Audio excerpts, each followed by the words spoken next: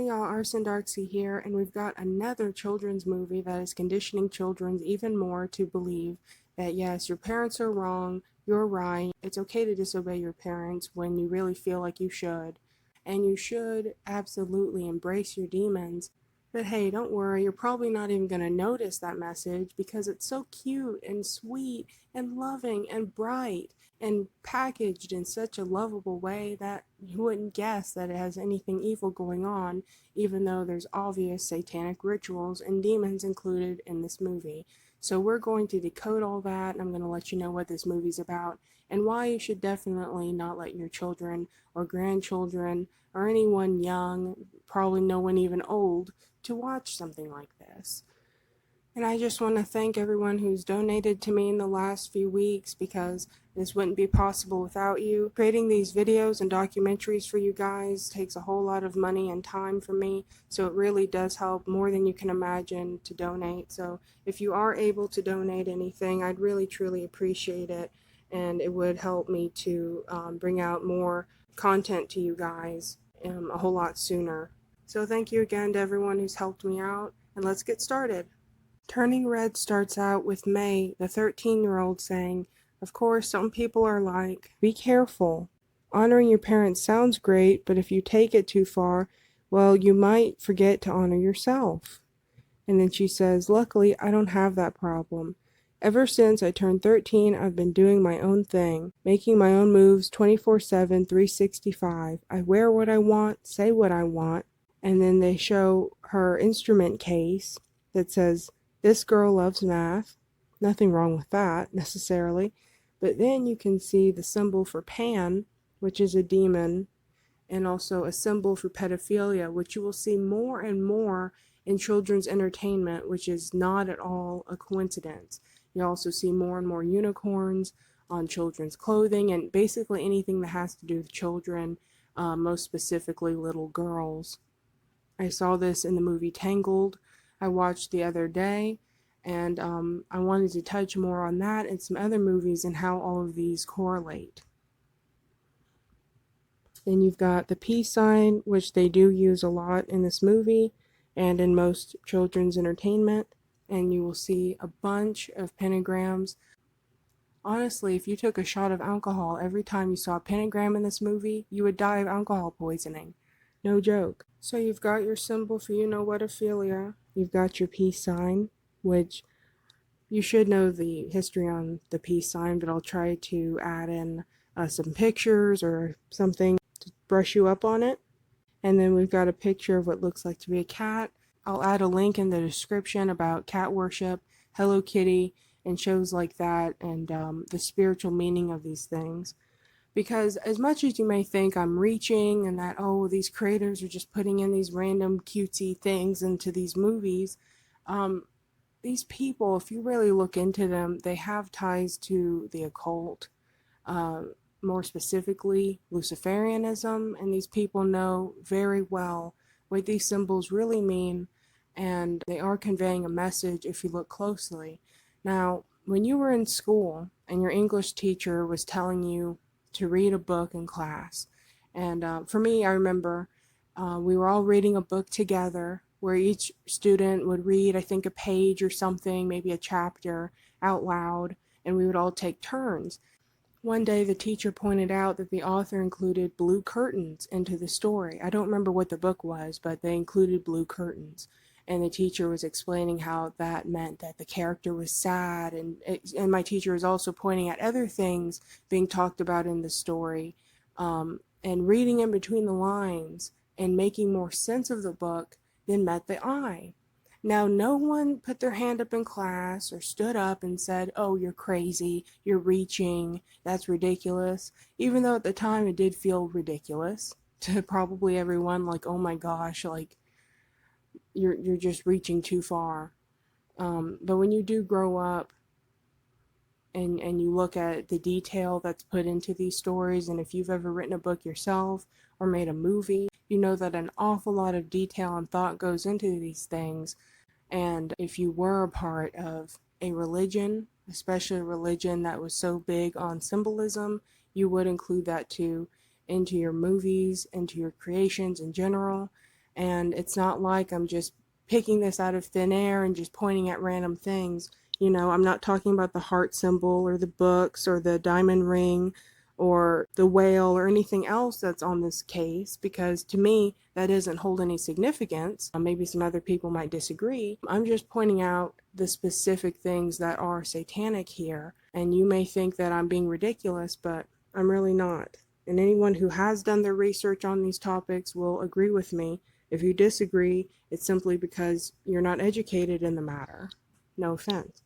She goes on to say, but not to brag, but being 13 means I'm officially a grown-up, at least according to the Toronto Transit Commission.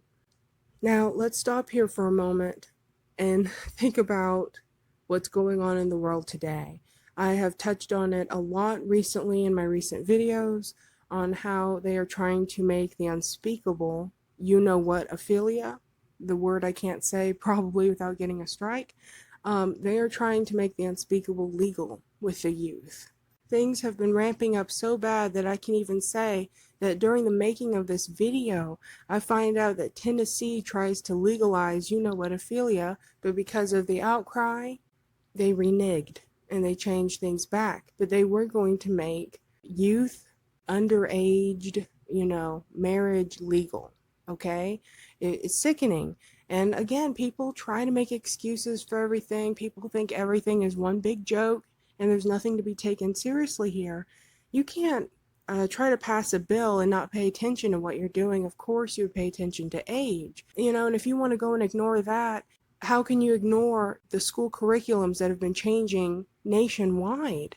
And the laws that have been changing slowly but surely to make the unspeakable legal. It's never been more obvious in what direction they're going. I could dig in deep with that. Maybe I'll try to leave some links below to further prove that point. There's a good video by A Call for an Uprising that he uploaded recently that I hope isn't deleted yet, and I'll try to link that below to something sickening they did again while I was making this video. They have just done so much just in the last week to further this agenda that it's undeniable. I mean, if you have a brain in your head, you can't deny what's going on here. So that really caught my eye when she said that she's officially grown up at 13. Now, of course, yes, from a child's perspective, when you're 13, you do feel like a grown up. I remember when I was 13, I might as well have felt like I was 30, I felt like I was really a grown up. But now that I am an actual grown up in my mid-20s, I realize, no, I wasn't a grown up. I was a little tiny girl at best. You gotta keep in mind, this movie was not created by 13-year-olds. This was created by adults who know better. So the next scene, you see her sticking her tongue out, closing one eye, and then doing the, what people call the peace sign or the Baphomet sign over one of her eyes, and we all should know what that means. And then another thing that I didn't like that caught my eye, unfortunately, was not just the action she's doing in front of the camera, which I'm going to have to censor, because, in a movie that's meant for children, it's fine for them to do this, but if I had shown this screenshot in my video, I probably would get a strike or worse, and accused of things. So I have to censor this.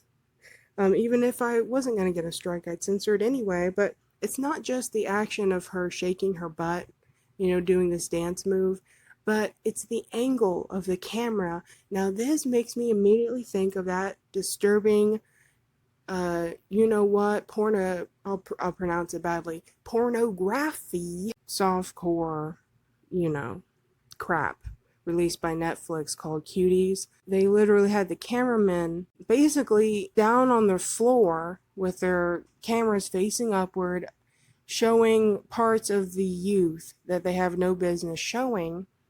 And these are the same kind of angles, and I just find that completely unnecessary and disturbing. No one needs to see this, especially at this angle. She could have been over by the title where it says turning red. She could have been standing over there like she does in other clips. She stands over by the title, facing the camera where you don't see her behind, and she could be shaking over there or something. But no, they choose of all angles to have us looking up her skirt. And you really can look up her skirt. It's not like her skirt is long enough to be covering anything. Good thing she's got leggings, but still, again, no one needs to see this. And if you're going to make an excuse for this, I have to ask you, do you need to be seeing that? Is this something you need to see? Did this have to be included? No. And if you think yes, you probably belong in prison. The names of her friends don't really matter. I just wanted to include again One Eye Closed and the so-called peace sign. And one of the friends is reading what's supposed to be like a Twilight book.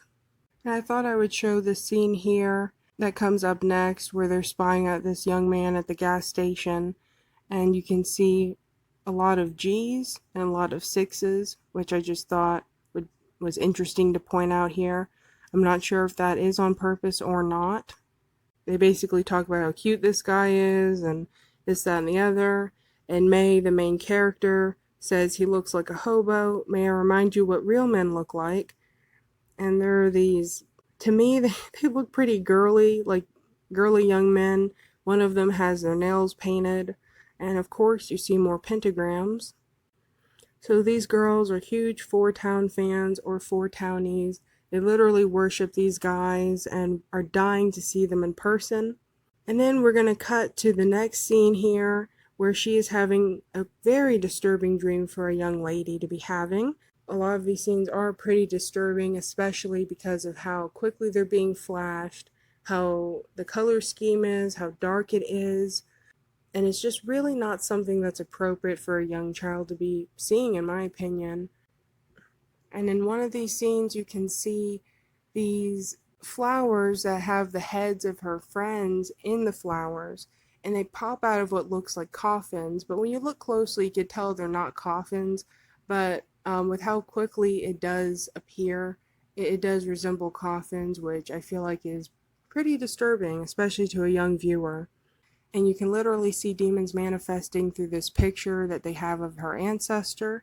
The next day, May wakes up, and she soon finds out that she has been transformed in the night to a red panda, a giant red panda, and she's freaking out in the bathroom. Her mother checks on her outside the door, asking her if she's sick, if she's constipated, what could be going wrong. And, it's kind of funny that the mother's like, is she starting her period early? No, it's too early. And her mom freaks out and breaks out a bunch of pads and, I don't know, ibuprofen and stuff for her period. And May is hidden in the shower so her mother doesn't see her. But, that was pretty funny. You could argue that's not really appropriate for a young viewer, but I guess it depends on the age. That scene in particular for someone who's maybe a girl that's of age, if she's 11, 12, 13 years old and you're using that to educate her, that might be a funny way of getting her to learn. But some parents may argue that it's not up to a movie to solely teach their child about that. But anyway, that's a topic on its own. I won't touch on that in particular. So later on, her parents find out that she has been transformed into a giant red panda, and they decide to break the news that she indeed is being affected by a generational curse. Now, of course, in this Disney movie, they will not tell you the truth that this is a generational curse. They try to call it literally a blessing and paint it as being a good, positive, beautiful, helpful thing that you should embrace. But in reality, it is a generational curse, and the whole plot of the movie, the whole summary, the whole moral to the story is to embrace your demons. And you can actually see a movie or a show. I'm not sure what it is. I haven't watched it.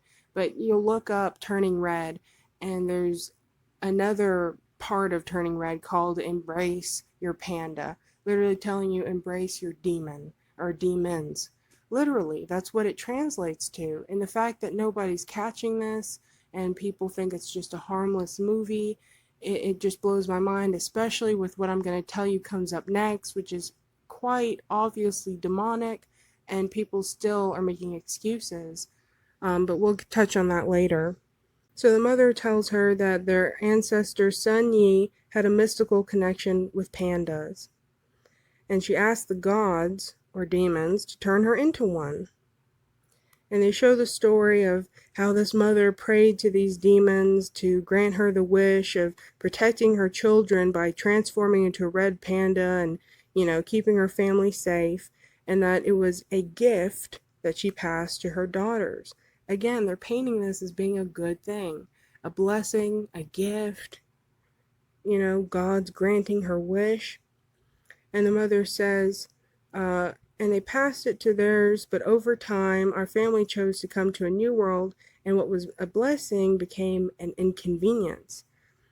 And the daughter, having more sense than anyone in the room, says, "Are you serious? You cursed us. It's a curse." And mother says, "No, it's a blessing. Don't worry, there's a cure." And the whole cure, well, to them, is to literally do a satanic ritual on this little girl.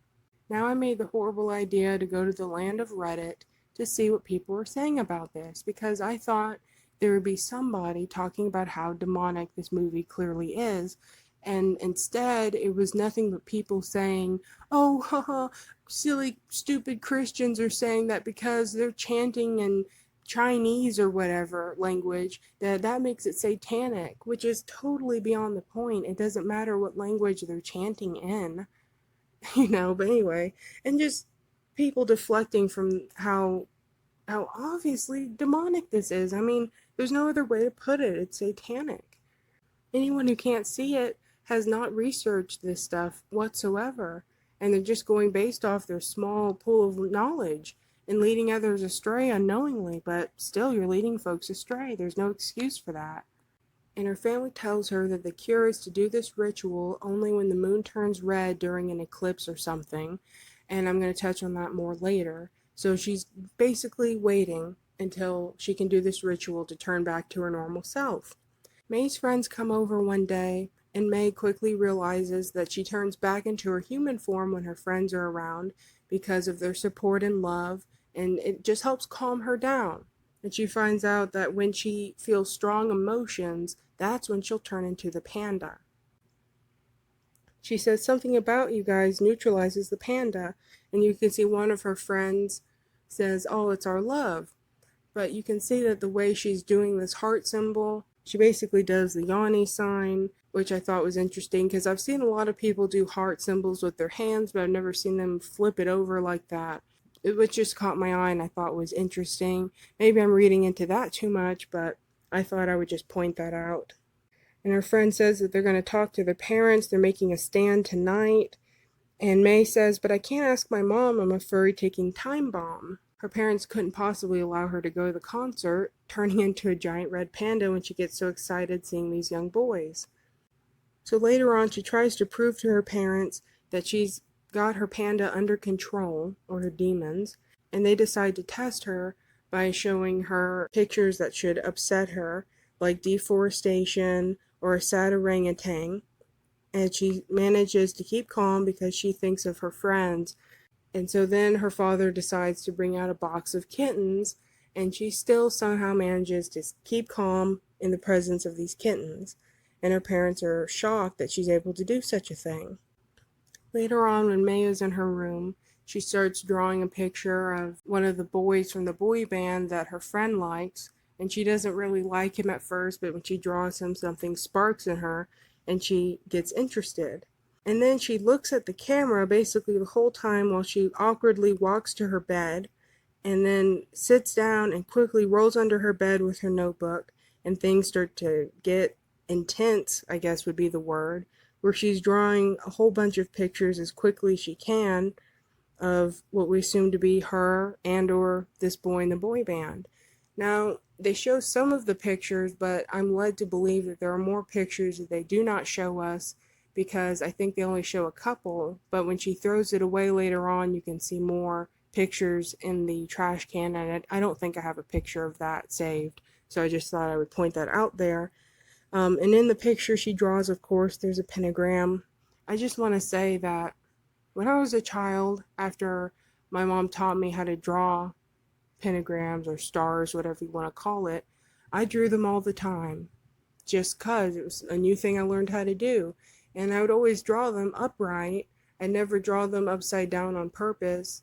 So it's very strange that she would draw one like that and draw it upside down in that way. But whatever. So she draws some pentagrams, she draws this guy, and her mom knocks at the door and starts to come in. So May quickly hops on her bed and tries to act natural, but her mother notices the notebook and takes a peek. Now, the way that her mother is reacting to looking at these pictures her daughter drew, it leads me to think that maybe there's more than meets the eye here, because her daughter ends up holding the notebook up like a centerfold. Which again, like, why would the creators decide to do that? I don't know. That seems inappropriate. So maybe she did draw something she wasn't really supposed to draw, because her mom seems absolutely horrified at the findings in this notebook. And again, they only show like a couple of pictures, but when she crumples up all the pictures and throws them in the trash can later, the trash can seems full of doodles, but you can't make it out. So, who knows what she really did draw. Then later on, when she's at school, in gym class, playing volleyball with her friends, they all talk about how their parents won't let them go to the concert that they're dying to go to. And one of the girls says, "My parents said I could go when I'm 30. Another friend says, "Mine called it stripper music. What's wrong with that?"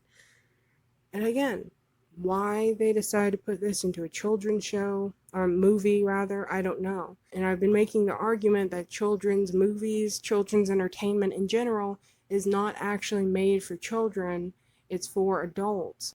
I think there is clean adult entertainment, and I think there is dirty adult entertainment. And I think Disney, Cartoon Network, Nickelodeon, and so on, I think that is clean adult entertainment, because there's so much in here that's not right for children. Even child psychiatrists will tell you that the flicker rate and the way the scenes move in movies, how quickly things progress in movies, and everything else, when it comes to television in general, it's not good for a child. It can cause anxiety, it can cause problems with their attention span, and much more. It's just not good in general for children to be watching TV, but especially when the creators are putting stuff in there that's not appropriate for children whatsoever. So the girls conclude that they're not going to be able to go to the concert unless they manage to pay for the tickets themselves and sneak out and go. And they're at a loss. They don't know what they're going to do. All of a sudden, some other girls at school happen to catch May in her panda form because she got upset. Now, something that just isn't right here, and is hinting even more at this being a demonic thing, is the girls, when they see her in panda form, of course, they think, "Oh, she's so adorable. I love it. I love it. I'll give you anything to see this panda more and take pictures and, hug it and hold it." And they say, "I'll give anything." One girl says, "My kidney." Another girl says, "My soul." She'll literally give her soul just to see this demon again, is what that translates to. And I'm not reaching there, okay? I'm not some idiot who, I'm not paranoid, I'm not crazy. I know when I'm reaching and I know when I'm not. And I'm not reaching when it comes to that. The creators know what they're doing here, and this is completely inappropriate. And they prove even further that they know this is a demonic thing in the movie. And I really don't know, again, how people aren't catching it, but we'll touch on that in a moment. So the girls start waving money in front of the main character's face and her friends, and they find out this is a great way to make money. So then, of course, she goes into panda form for a bunch of children at school to make all the money that they can to go to the concert. Then May realizes her satanic ritual is the same night as the concert and tries to do them both in the same night. During the red moon, May's relatives begin drumming and chanting while the self-proclaimed shaman draws a magic circle around May.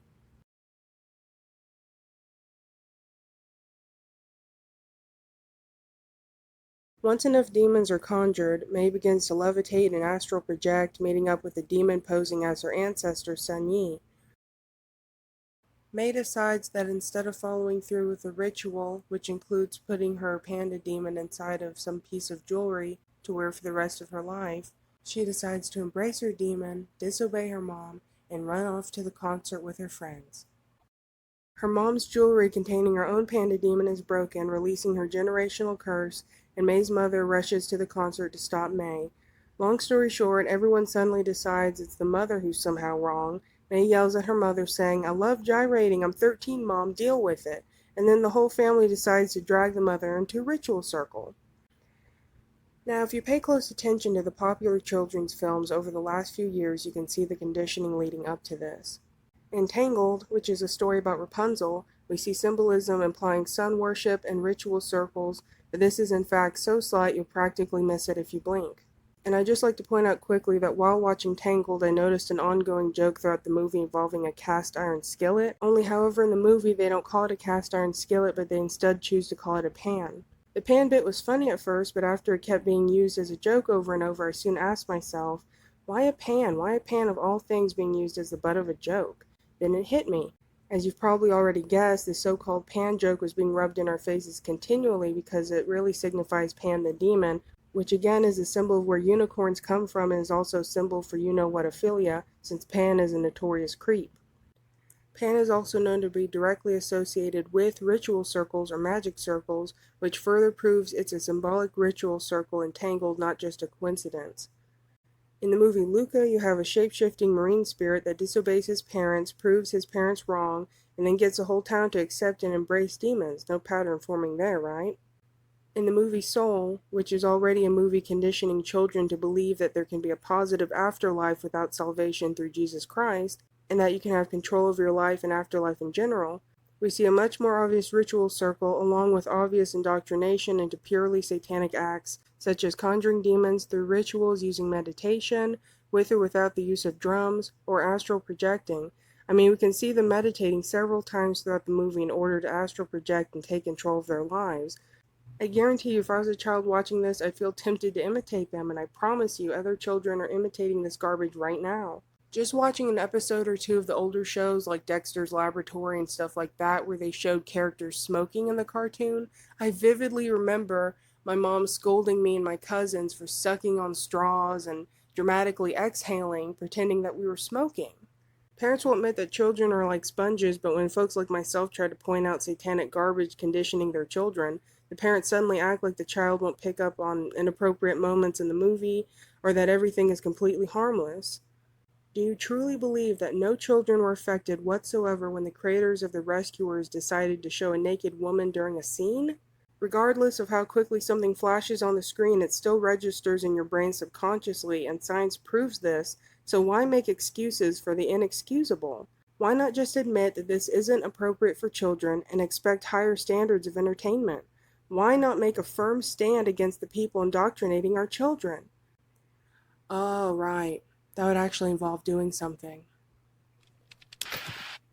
Anyway, May's mom soon learns to shut up, further being proven by what's said at the end when May's mother is upset with her for dressing inappropriately, and May responds with, "My panda, my choice," which isn't only a disturbing joke strongly hinting at abortion, but proves even more that panda equals a side of you that makes you do bad things and dishonor your parents, or a demon. We begin this movie with her talking about honoring her parents, and we end it with her dishonoring them. But oh, it's okay because the movie makes us feel good and nobody died, right? Yeah. Thank y'all for watching. I really appreciate you guys. Thank you for all of your love and support. God bless y'all in Jesus' name. Bye.